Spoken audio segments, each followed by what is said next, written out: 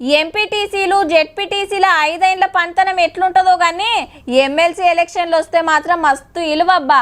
గెలిచిన పార్టీ కాదు అవతల పార్టీ కూడా మన చుట్టే తిరుగుతుంది వైఫై లెక్క.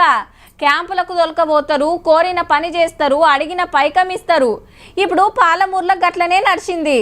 ఎంపీ ఓట్లకు ముంగట ఎమ్మెల్సీ ఉప ఎన్నిక వచ్చే వరకు ఎటుకేలు గెలవాలని కాంగ్రెస్ బీఆర్ఎస్ మస్తు కష్టపడి ఇయాలనే ఓట్లేపించినాయి మనోళ్ళతోటి.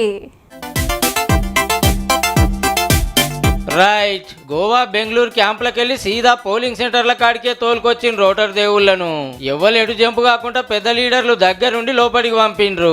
నడవశాతగానోళ్లకు పయ్యల కుర్చీలు. ఇక ఎంపీటీసీలు జెడ్పీటీసీలు మున్సిపల్ కౌన్సిలర్లు పోయి ఏలుకి ఇంకు రుద్దుకుని నడిచింది.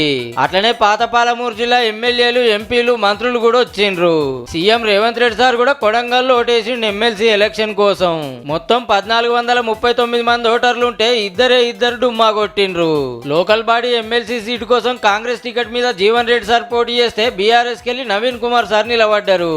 సొంతంగా లీడర్ పోటీ చేసిండు గానీ రెండు పార్టీల నడుమే తగ్గ ఫర్ ఉంది. క్యాంపులకు తీసుకుపోయి ఎంజాయ్ చేపించి ఓటుకు ₹1,00,000 ఇచ్చినా కూడా క్రాస్ ఓటింగ్ జరిగిందనే ప్రచారం నడుస్తుంది. అంటే ఈ పార్టీలుండి ఆ పార్టీకి ఓటేసుడు అన్నట్టు. ఇద్దరిట్లో ఎవరు గెలిచేది మంగళవారం తెలుస్తుంది. ఈ ముచ్చట ఇట్లుంటే కొడంగల్ ను మంచిగా డెవలప్ చేసుకుందాం, గట్లనే ఎవరి భూమన్న పోతే మంచిగా పైకం కట్టిస్తాం, అందరి తిప్పలు తీరుస్తాం అని సొంత నియోజకవర్గం లీడర్లకు మాటిచ్చిండు సీఎం సారు. అసైన్మెంట్ భూములు ఉన్న పట్టా భూములకు ఎంత నష్టపరిహారం ఇస్తామో అసైన్మెంట్ భూములకు కూడా అంతే నష్టపరిహారం ఇచ్చి ఆ భూములు తీసుకోవాలని మనం అనుకుంటాం. పాలమూరుకెళ్లి వంశీచందర్ రెడ్డి సార్ను పార్లమెంట్ కు పంపాలని కోరిండు. అత్యధిక మెజార్టీతో గెలవాలంటే మన కొడంగల్ నుంచి 50,000 మెజారిటీ రావాల్సిందే.